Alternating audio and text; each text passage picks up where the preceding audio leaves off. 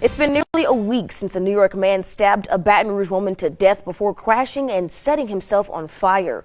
Louisiana First Chief Investigator Andrew Epperson takes us to the apartment complex where this happened and tells us why some say the system failed the victim, Stasy Charles.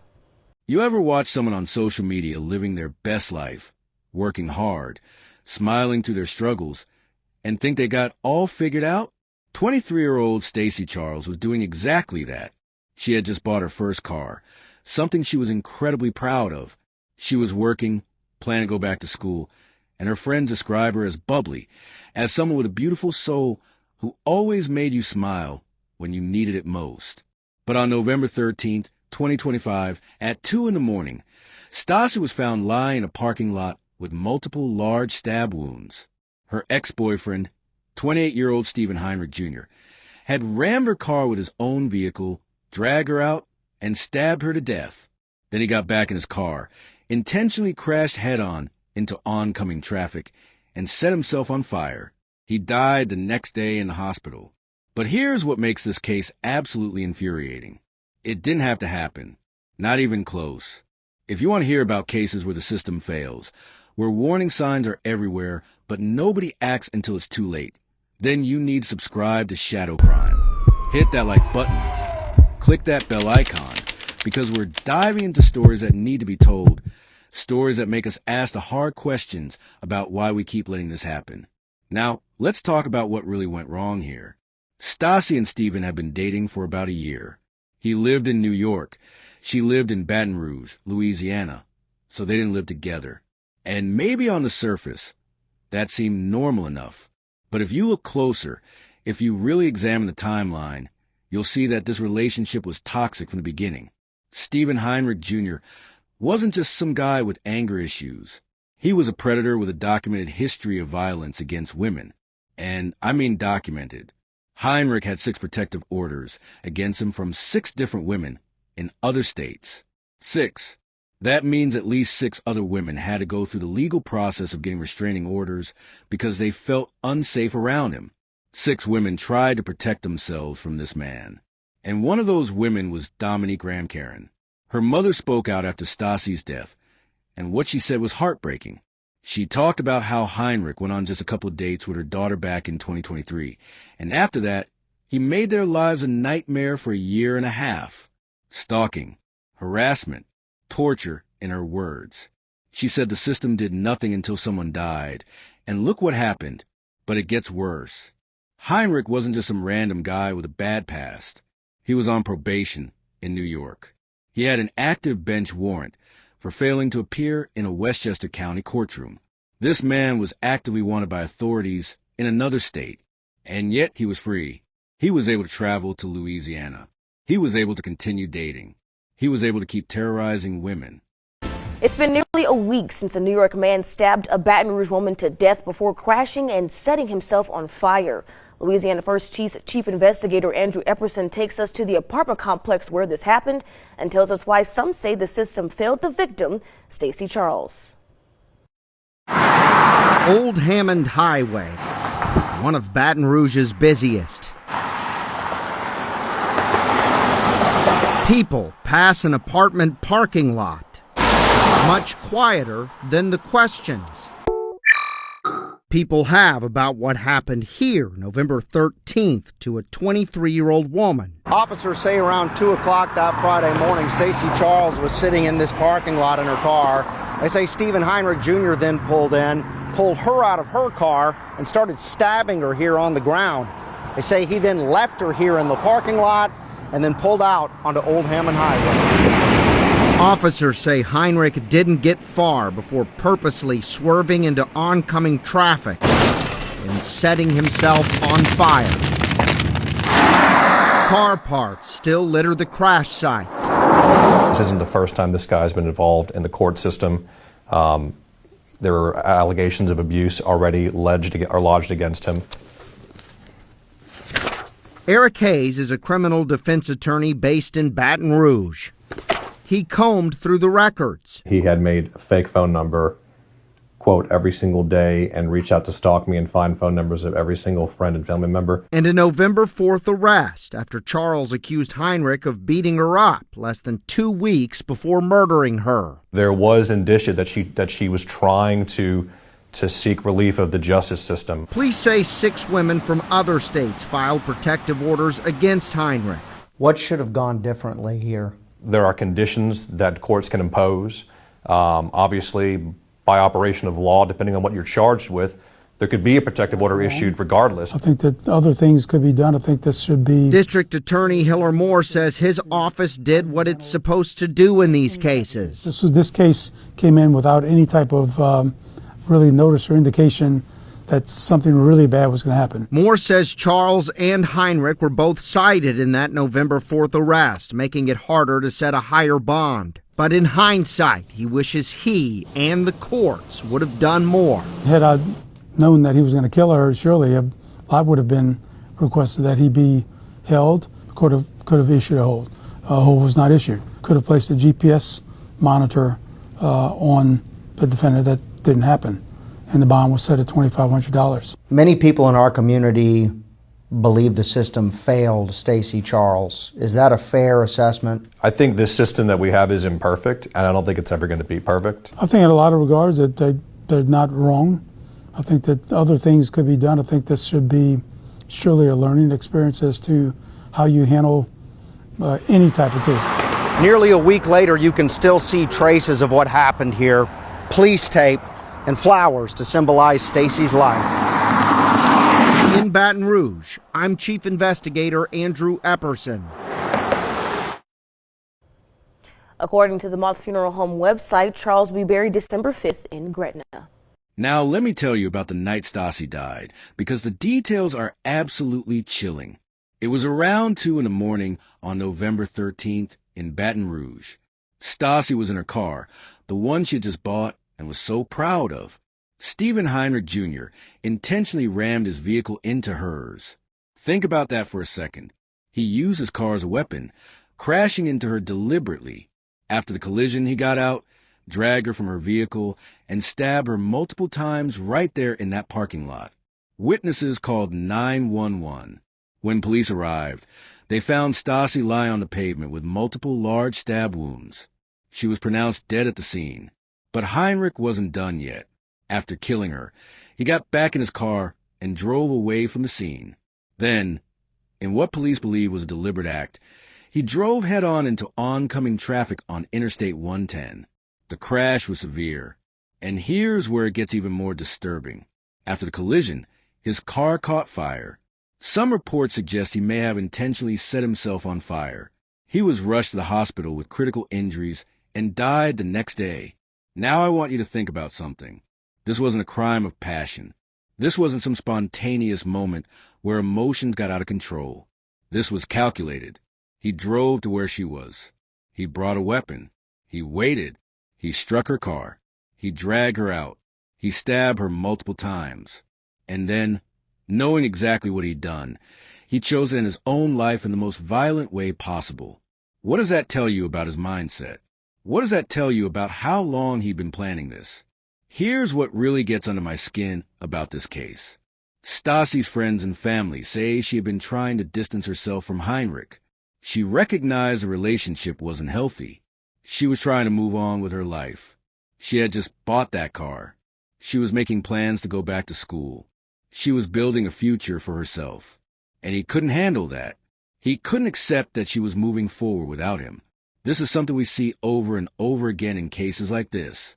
The most dangerous time for someone in an abusive relationship is when they try to leave, when they try to establish boundaries, when they try to reclaim their independence. That's when abusers feel like they're losing control, and that's when they escalate. Stasy wasn't killed because she loved him. She was killed because she stopped loving him. She was killed because she dared to choose herself. And you know what makes me furious? The system knew about Stephen Heinrich Jr. 6 protective orders. 6 different women in different states who had to legally protect themselves from him. A bench warrant in New York for failing to appear in court. He was on probation. All of this information existed. All of these red flags were documented.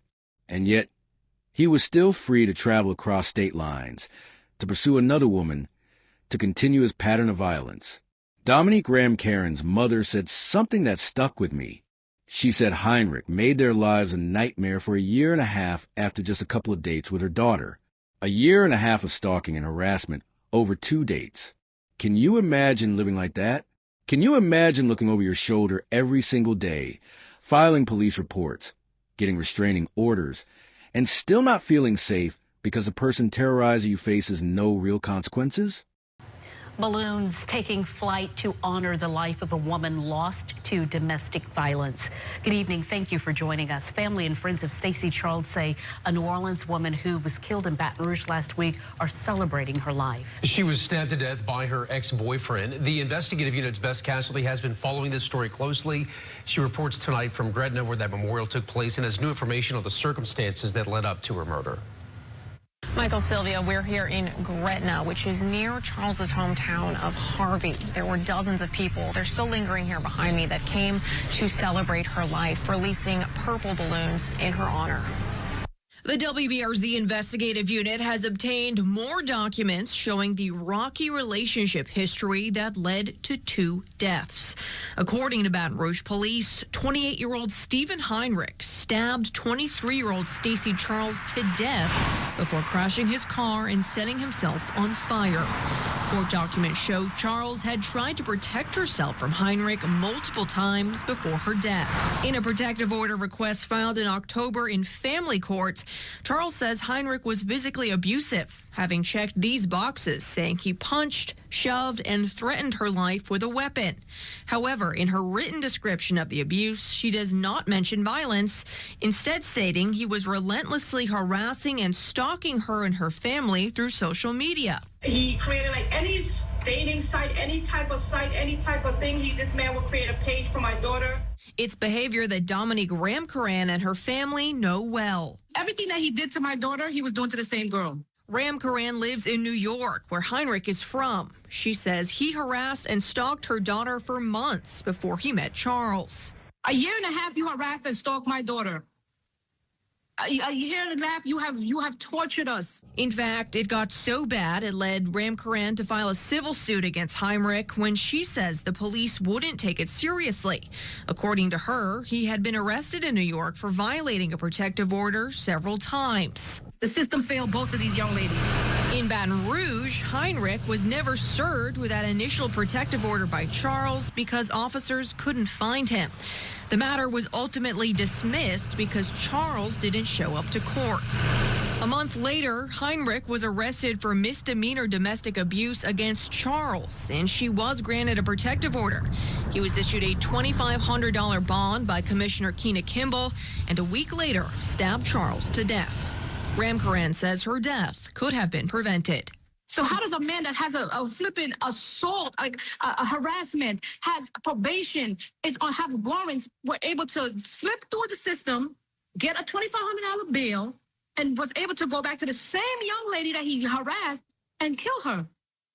District Attorney Hiller Moore is currently out of the country and said he did not want to comment on this case until he has all the facts, which he assures me his office is working to get.